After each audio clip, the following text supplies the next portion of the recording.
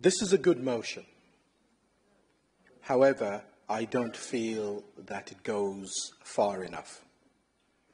I've proposed this amendment because I'm concerned that pensioners in the borough are deeply worried about how they will get by this winter with a cut to the winter fuel allowance. Looking at the original motion, I shall just flick through the book. We are talking about bringing forward the local awareness campaign. We are talking about alerting people who are eligible. We're talking about reminding people to go on advice hubs. We're talking about, even when we write to the Chancellor of the Exchequer, who's holding the purse strings, we're talking about looking to means test. There's already a means test in there. We're talking about urging the government to share centrally held data.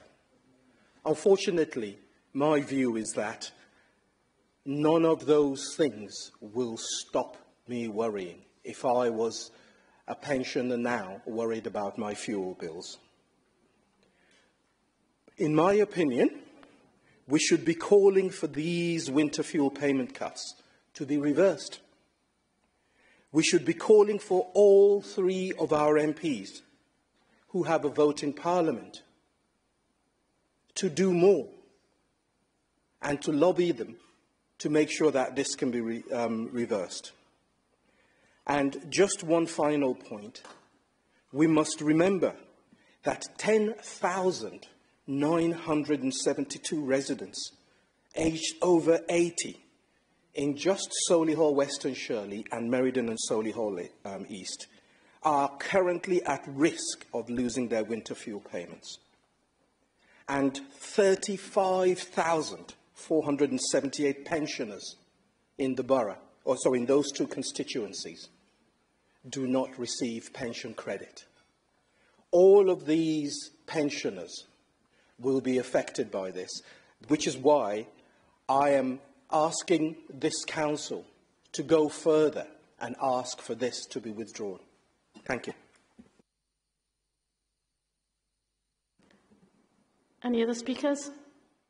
First of all, I would just like to say a huge thank you actually to Councillor Footer for bringing this motion forward. I think it is rare that this council chamber pretty much unanimously agrees on something, and I'm really, really proud for the residents of our borough that this is what we are agreeing on, that we want to stand up for some of the poorest and most vulnerable in our community. And I really do want to just highlight how caring that is, and I hope that residents do really appreciate that. On to the amendment. The reason why we've proposed this amendment, and it's nothing to do with this fantastic motion. I do think it is absolutely brilliant, and I'm really, really pleased to see it come forward. It's not political or anything. It is just because some of the wording in the original one just mentions that it's paused whilst a review on how to implement any changes comes forward. And whilst that is admirable, we believe within our group that actually it should be stopped. This shouldn't happen. There was mention earlier about making an adjustment.